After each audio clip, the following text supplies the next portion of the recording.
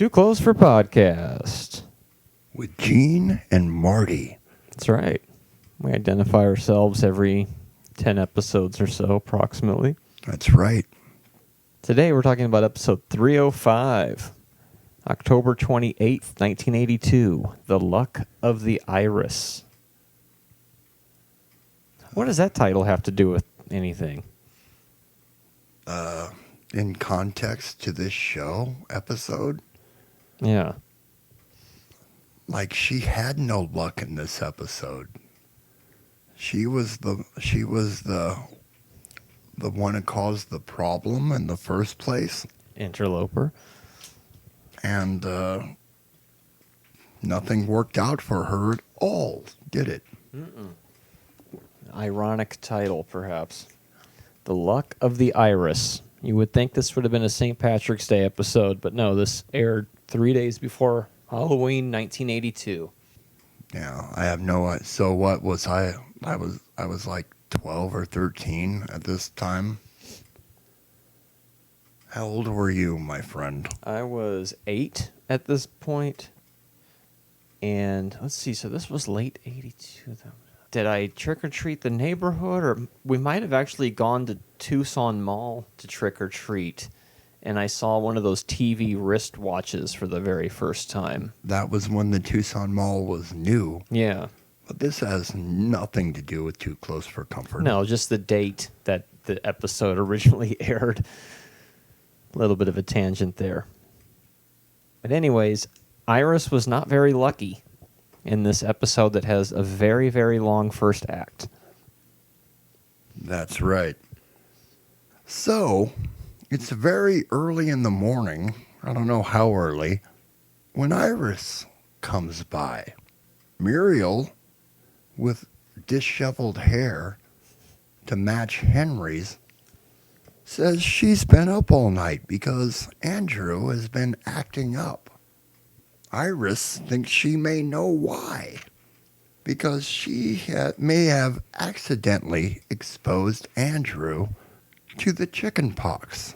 See, at the end of last week, when I told you what this one was about, you were like, what? Andrew's like 6 weeks old. How is he getting the chicken pox? Now we know it was Iris's fault.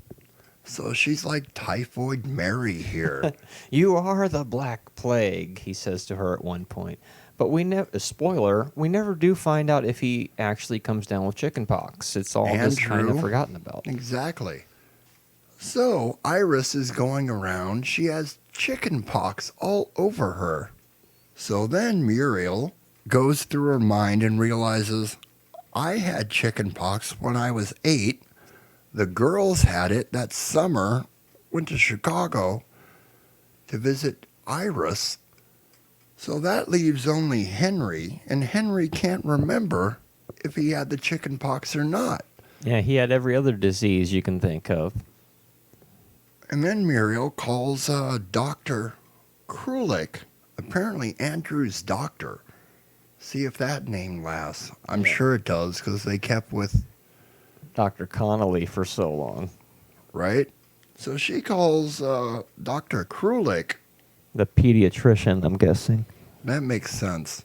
Who informs her that everything's fine as long as you've already been exposed to the chicken pox, because apparently you can't get it twice, which is good to know because once I had the chicken pox, so that's good. So then Henry, who can't remember, calls up who? Where does he call up Marty? Huey. He calls up Huey to see if he's ever had the chicken pox.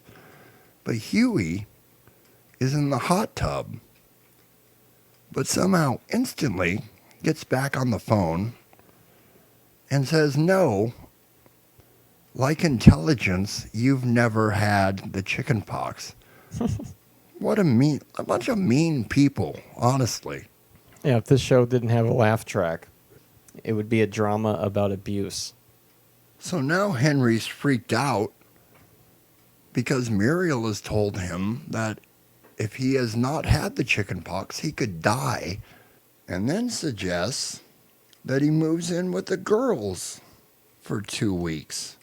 So the girls come up And she tells the girls that Henry needs to stay with them for 2 weeks. And they don't like this idea because they know that Henry will mess up all their dates and all their, they won't be able to live their lives. Right, Marty? Mm-hmm. In only 2 weeks' time, he will just completely destroy their social life. They're like, where will he sleep? On the couch? That's where me and Monroe hang out all the time. Has Monroe had chicken pox? Well, there's a question, but luckily, It's irrelevant to this episode. It is. More on that in a bit. So Henry hears all this whining and everything that Jackie and Sarah say, and he's not very happy about it. He's kind of hurt that his own daughters would say these things about him. The girls apologize, but Henry ends up, he'd rather stay at the YMCA, which is our third one-sided phone call. And it used to only cost, what, $2 a day? But now it's $25. Then Muriel suggests that Henry stay at Iris's condo for the 2 weeks because Iris is always taking care of the baby and they'll hardly ever see each other. Henry and Iris reluctantly agree, and that's Act 1. What a long and sordid act. Everyone's mean to each other except for Muriel. I guess Jackie wasn't mean. A little mean. But Sarah said some biting things. Don't get me wrong, Dad. We're happy for the clothes. All right? Now we find Henry on the phone with Muriel in Iris's condo, complaining that he has to go to sleep at 7 o'clock every night to avoid Iris. When Iris comes home early and catches him saying all this stuff on the phone, and then they're mean to each other again. And Iris says, I don't have time to fight because I have a date with my hairdresser. See, they like being mean to each other. They do. That's their thing. She was like, wait, I can't do this right now. I got something to do. Otherwise she would have stood there and... I would love to tell you what a piece of human debris you are. But I have a date with Buck Grillstein, who I thought was Art Grillstein. So, and the end credits do not say what the character's name was, unfortunately, but it is Buck. I've noticed in this season they don't show you proper credits like the first season. Like there were a lot of name credits for people that didn't even necessarily have names. Mm-hmm. When Iris goes to change, Buck arrives. And Henry makes Iris sound crazy and desperate and shows a picture of Iris that's sitting on the counter on the table of Iris. And like I asked you, who has a picture of themselves? Like a big, was it like a 6x10? Oh, at least. Picture of themselves in their own house. Unless you have a family and children. And you would probably have the family before your own picture, wouldn't you? Mm-hmm. Anyway, cut all that out. Apparently the set decorators thought, people will realize this is Iris's condo if we put a big picture of Iris in the room. That does, when I think about it that way, it does make sense. So he makes Iris sound really crazy, and Buck is like, it looks like it's going to rain. I have a convertible. I got to get out of here. So he just leaves. He takes off. Iris comes out of the bedroom, and she's upset because she's heard Buck. She knows Buck was there and tells Henry that she really liked Buck. And it was the first man that she's liked in a while. And thanks Henry for spoiling her evening. That's Act 2. And ended on a downer. that act. No laugh track. So now Act 3, it's 2 in the morning. Iris can't sleep for some reason. She comes out, looks at the TV guide to see what's on TV, sees a Suzanne Summers movie called I Don't Want to Live Anymore. Is this a slam on Suzanne Summers? Because this show is made by the same people who made Three's Company. And it's the second suicide reference in this episode. Because the girls said that they would kill themselves if Henry moved in with them. Is this right after Suzanne Summers had the... No. Yeah, because that had already happened. That was in the 70s. Mm-hmm.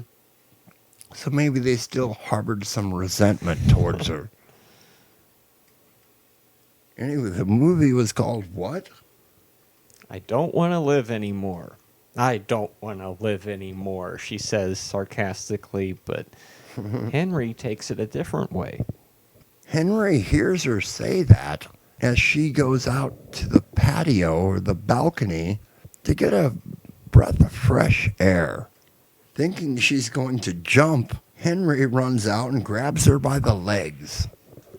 A few weeks from now, there's going to be another episode where the family thinks that Iris has jumped off the Golden Gate Bridge. So, spoiler. Somebody's got some weird theme going here this season with this. Henry apologizes for messing up her date. Iris accepts his apology, goes inside, shuts the door, locks Henry outside at 2 o'clock in the morning. Then it starts to rain, and then Iris walks all the way back to the door, to the balcony, and closes the curtains and then just walks away, leaving Henry to catch pneumonia, which could probably kill him just as well as the chicken pox, right? Yep. Out on the balcony in the middle of the night in his pajamas. I don't even remember if there was a laugh track at that point. I'm sure there was. I think there is, yeah. Bring back the laugh track, because this is funny stuff.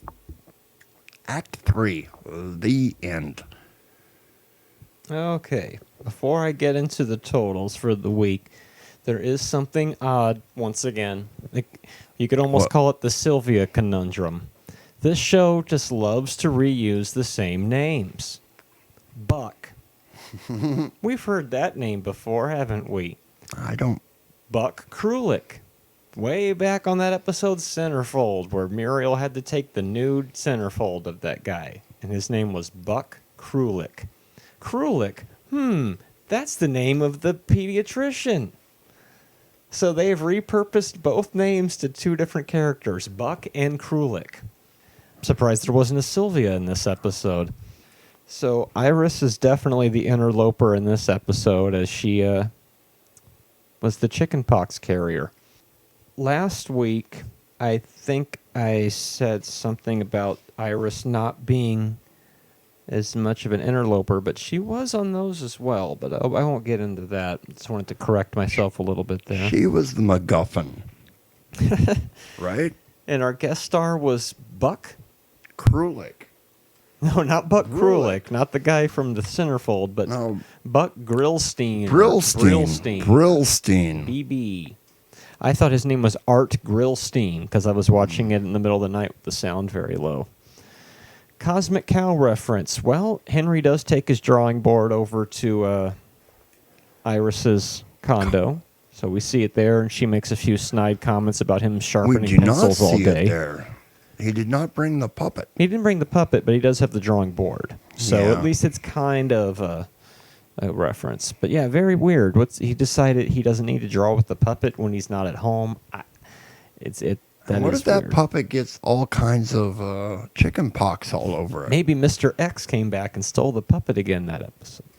Well, she borrows it on the weekends. Henry's sweaters. We had Chico State University. Chico. He wore the Chico State University, which is in Chico, California. And One that I really had to do some freeze framing to determine what it said, St. Paul's Tiger College, which was located in Virginia and closed in 2013. Who was notably absent? Monroe? He wasn't even mentioned. But yeah, very weird that Monroe was not even mentioned when, and this falls under the bizarre odd happenings category, but we got a mention of Huey and April with no talk of Monroe at all. Just very strange if you're going to talk about regulars or semi-regulars. So this was the second episode written by Lori Gelman, who only wrote 3 episodes of Too Close for Comfort. The first one being Guess Who's Coming Forever, when Iris moved in, and the third one being Briefly at the Counter, where Iris falls in love with the man she thinks is an investment banker. This person, they only wrote 3 episodes of the show. They might not have been as familiar with the Monroe character, I guess, although the other 2 episodes Monroe was in. So I have no explanation as to why he wasn't mentioned at all. Did he have chicken pox? Would it have been too confusing to have him in there? This was production number 307, but it's episode 305. The episode that takes place before this, we'll get to see many, many weeks from now. It's the one where Henry wants to buy a shotgun. So that's what happened in between. Henry's got a gun. In the episode that happens, production number 308, a portrait of Henry, where Henry gets that weird picture that starts talking to him. That one is put off till the very end of the season. And 309 comes up in about 2 weeks, because next week we go to forward to 310 and then back to 304. It's all over the place. Like I mentioned before, it would be interesting to go back and then watch the series in the production number order. It might actually make more sense that way. One-sided phone conversations are back with a vengeance this week. Muriel to Dr. Krulik. Who knows? Maybe it is Buck Krulik. He is no longer a quarterback. He's decided to become a pediatrician. Henry to Huey, which was such a quick phone call that it reminded me of... What was the guy's name again? Hello? And you had the name earlier. I had it earlier. I want to say Herb, but it wasn't Herb, because Herb was the guy we met last time. And he was fast. It was really fast. And they were both on the old school telephone in the kitchen. You know, I almost made having breakfast or other meals in the kitchen a category, but it happens so often that I decided not to. But I realized with this episode, another good category would have been Henry reading a newspaper in the kitchen, because that happens quite a bit. Did they even eat breakfast in this one? There's a couple of glasses of orange juice. Was there? Yeah, but beyond that. But the one-sided phone conversations aren't over yet. We had Henry to the Y, and then Henry to Muriel. That's 4. Yeah.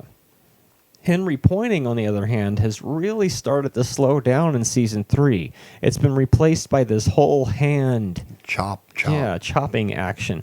But we did end up with 3 points in this episode, although the one where he points at his chin is a little debatable. Yeah, I didn't even catch the last 2. The last 2 are him pointing at the door, like, let me back in. It's raining on me. Yeah. Is this door locked?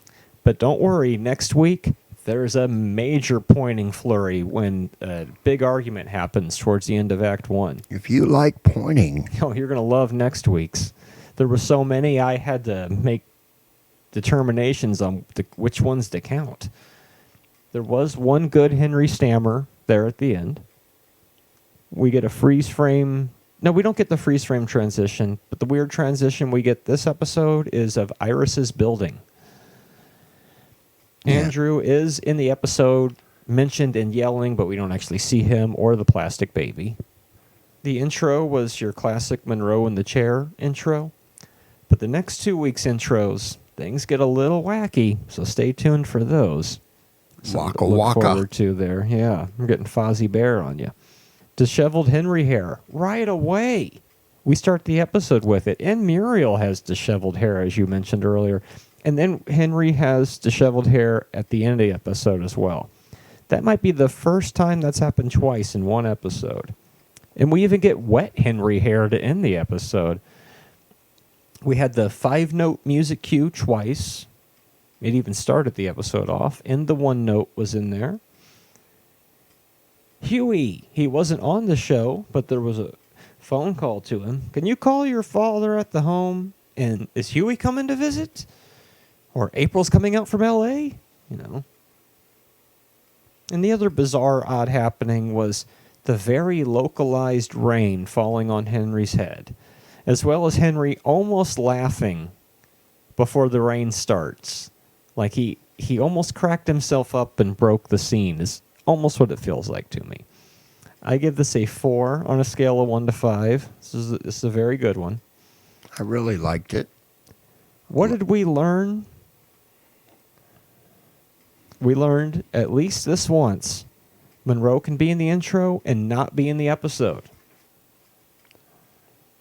And that everybody's really mean to each other sometimes on this show, but we already knew that, I guess.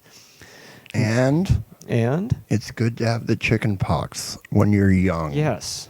Because get it out of the way. Otherwise, you might die. Mm-hmm. I also realized that I'm as old as Henry was in this episode, or at least no, that's not even true, is it? I thought I would. No, he's like in his 50s, isn't he? Well, you can do more math next week, because next math. week's episode is another Henry and Muriel anniversary episode. I think they're up to 26th anniversary on this one. I figured out what I learned, dude. Anyway, they want to review their wedding vows next week on Do You Take This Woman Again? Because occasionally they like to put a question mark at the end of the episode title, I've noticed. I was going to say 3 is a magical number, but Now, season 3. exactly.